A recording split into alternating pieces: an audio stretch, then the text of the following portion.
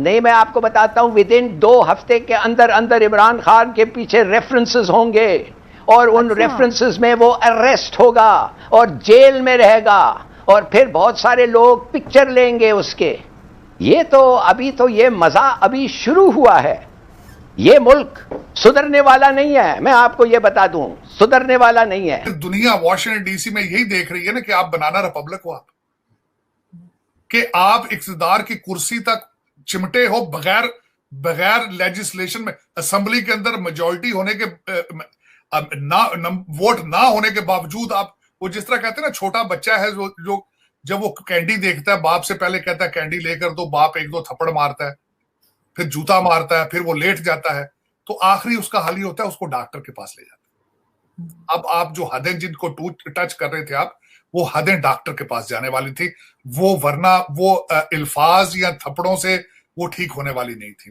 वो बच्चा जो था ना, अब उठा के डॉक्टर के पास ले जाने वाला, अब टीका शीका लगने वाले हालात थे, वो पता नहीं। अब कई लोग कह रहे हैं टीका लगा है, कई कहते हैं नहीं लगा है, लेकिन ये कि मेरी नजर में जो पीटीआई के बच्चे हैं, ये पढ़े लिखे बच्चे हैं, ये ये मार नहीं खा सकेंगे, ना इन्होंने आंसू गैस खाई है ना कोड़े खाए।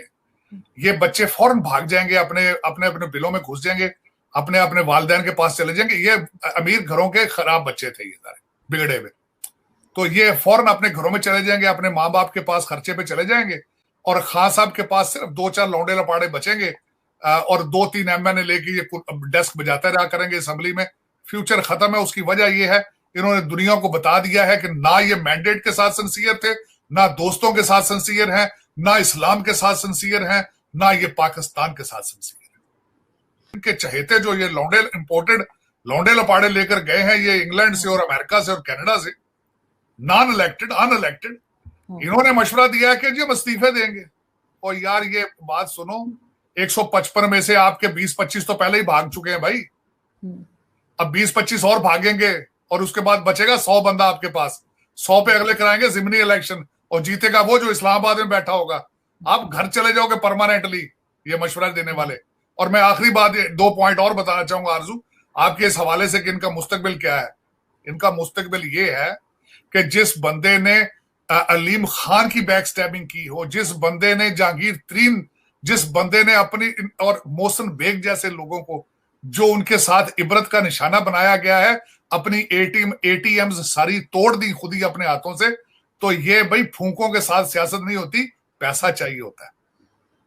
आप बिल्कुल ठीक कह रहे हैं, लेकिन तो सर साथ साथ पैसा कौन लगाएगा? पैसा कौन? हाँ, एक दो लौंडे लपाड़े हैं, मेरे ख्याल में सारे कारोबारी लोगों के बच्चे हैं, वो तो इस तरह खुल दिल से पैसे नहीं लगाएंगे, वो तो भाग जाएंगे जहां से आए हैं। सर कोई नया मुर्गा पकड़ेंगे क्या? ये पकड़ना चाहिए, मैं समझता हूँ। देखें, 2 चीजें आरजू के को खान साहब का मैंडेट क्या था? अकाउंटेबिलिटी। अगर ये नहीं ला सके, कौम की एपेटाइट तो है ना अकाउंटेबिलिटी की, कि पाकिस्तान में ये जो करप्शन का बाजार गर्म है, आप जो 140 नंबर पर है, ये हालात बेहतर हो, कौम के अंदर वो एपेटाइट तो ठीक नहीं कर सके, तो वो एपेटाइट इनके ऊपर खुलनी चाहिए ना, इनके ऊपर केसेस होने चाहिए। लेकिन सर केसेस तो है, ये जा रहा है कि 3200 अरब रुपए की करप्शन के हिसाब किताब है वो जो लेने वाले हैं। देखिए, बीआरटी बनाया इन्होंने यहां तक के कोविड तक के पैसे नहीं छोड़े, तो फिर वो कहां से पूछना तो पड़ेगा। सोसाइटी ने अगर एग्जिस्ट करना हो तो लॉ एंड ऑर्डर के क्वेश्चन होते हैं, उनको जवाब देना पड़ता है। बिल्कुल सर, इनके ऊपर भी कई केसेस ऐसे हैं जो खुल सकते हैं और इसलिए भी ये कुछ घबराए हुए हैं। लेकिन सर कल की अगर हम बात करें तो कल सारा दिन सुबह 10 बजे से लेके रात के 2 बज गए। ये फैसला पहले नहीं किया जा सकता था कि ये चले जाएं? पता, इन्होंने इतना ड्रामा किया, उसके बाद इनके स्पीकर साहब ने रिजाइन कर दिया, डिप्टी स्पीकर ने रिजाइन कर दिया, किसी तरीके से वोटिंग नहीं होने दे रहे थे। सुबह से रात हो गई और इस्लामाबाद में मैं मौजूद हूँ, रेंजर्स यहाँ पे घूम रहे थे, पुलिस वैन वहां खड़ी कर दी गई थी। आपको क्या लगा वहां पे? आप जैसे अमेरिका में, आपको देख के क्या लग रहा था पाकिस्तान में क्या होने जा रहा है?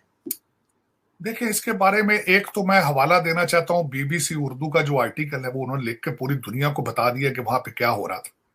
अगर उसको किसी पे गुंजाइश हो कि शायद अब कह रहे हैं कि वो गलत आर्टिकल था, तो वो पागल थे जिन्होंने जाके इस्लामाबाद हाई कोर्ट में पिटीशन की थी। वो पिटीशन इस चीज की गवाही है कि इनके इरादे यही थे, और अगर इनके इरादे यही थे तो फिर बिल्कुल आप ठीक कह रहे हैं, लेकिन सर साथ साथ अभी तक इनका यही दावा है कि मैं बाहर निकलूंगा, मैं प्रोटेस्ट करूंगा और मेरे साथ पब्लिक भी निकलेगी। आपको लगता है कि कोई पब्लिक अभी इनका साथ देगी?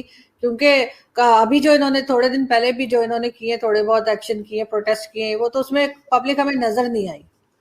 देखें, पब्लिक बेचारी अगर जाती तौर पे मुझसे पूछें, जो अगले दिन जिनकी आप बात कर रहे हैं, इनके जो टूटे फूटे सरकारी जलसे थे, उन पे सारी हुकूमती मशीनरी इस्तेमाल हुई है, उसमें पब्लिक खुद नहीं आई थी। मैंने आपको बताया भी था शायद कि जो भी पावर में होता है उनके लिए जलसे करना बड़ा आसान होता है। उसकी वजह ये देखें, इन्होंने ट्रेन चलाई, इन्होंने हुकूमती मशीनरी को इस्तेमाल किया, और उसमें ये होता है सिर्फ 5 से 10% लोग होते हैं जो आपके आइडियोलॉजी में बिलीव करते हैं, आपके पॉलिटिकल आइडियोलॉजी में बिलीव करते हैं। दूसरे लोग तो बेचारे आधे सरकारी मुलाजम होते हैं, या आधे सरकारी मुलाजमों की ड्यूटियां लगाई जाती हैं कि आप बसें भरकर लेकर आए, तो उनमें से अब कौन आएगा वापस? अब तो बल्कि अब रात को कल मेरे एक दोस्त थे, उन्होंने मुझे इस्लामाबाद की लाइव सिचुएशन सारे सड़कों पे दिखाई।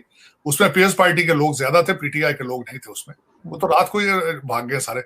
मैंने बताया था ना, ये चंद अमीर लोगों के बिगड़े हुए बच्चे हैं, वो मार नहीं खाएंगे, कोड़े खाने वाले ज्याले नहीं है ये, ना आंसू गैस खाने वाले ज्याले हैं। ये तो सारे असल में पहले डीजे भट्ट की सारी कार्रवाई है। मैं समझता हूँ डीजे भट्ट आपका लीडर है पाकिस्तान का, क्योंकि कंटेनर पे दमादम मस्त कलंदर तो वो कराता था। अब वो डीजे भट्ट कहाँ आएगा भाई? पहले तो सिर्फ लोग नाचने गाने के लिए आते थे इसके जलसों में, लोग वहां डेटे मारने आते थे जब कंटेनर पे बैठे हुए थे। तो अब वो चले गए, उसके बाद इन्होंने अमर बिन मारूफ कर दिया। अब वो जो बिगड़े हुए बच्चे हैं वो क्या करेंगे? वो तो नहीं आएंगे ना अमर बिन मारूफ। बल्कि इस पे जो मजहबी पार्टी हैं वो इनको एज ए अपनी राइवरी देख रहे हैं। वो कहते हैं हमारा कारोबार ये खराब करेगा। तो अभी अब ये मिला जुला काम है। अब खान साहब ने नया नारा लगाने की कोशिश की है एंटी अमेरिका की, कि बाहर निकलो नौजवानों, अमेरिका के झंडे फाड़ो, आग जलाओ। तो वो नहीं जाएगा, वो इस तरह ये चूरन नहीं बिकेगा मेरे ख्याल में। और बिकना होता तो ये फिर अपोजिशन इतनी स्ट्रांग ना होती, वोट ऑफ नो कॉन्फिडेंस ना होता, अगर ये सारा कुछ होता। मेरे ख्याल में कहते हैं गलती गुंजाइश नहीं था। अब खास साहब केसेस अब ये देखे शायद बनीगला रहे या किसी और घर में रहे, मुश्किल दिन आने वाले हैं, आने चाहिए, क्योंकि इन्होंने बिट्रे किया। मैं खुद विक्टिम हूँ, पीटीआई का मुतासरीन हूँ। मैंने खुद अपनी पाकिस्तान की बेहतरी के ख्वाब देखे थे, और मेरी तरह 22 करोड़ लोगों ने भी देखे थे कि शायद ये प्रोजेक्ट इमरान कामयाब हो जाए। इन्होंने कहा था मेरे पास टीम मौजूद है, 26 साल मैंने जद्दोजहद की है, मैं एक ईमानदार आदमी हूं, मैं ये है वो है। बड़ा चूरन बेचा इन्होंने हम सब लोगों को। इन्होंने कहते हैं ना, दिखाया कुछ और मारा कुछ है। We are victim of this fraud. It's originally a fraud in simple words. लेकिन सर ये अमेरिका के खिलाफ कैसे लोगों को भड़का सकते हैं? 90% पाकिस्तानी तो इस इंतजार में बैठे होते हैं कि अमेरिका का वीजा मिल जाए तो वो वहां पहुंच जाए।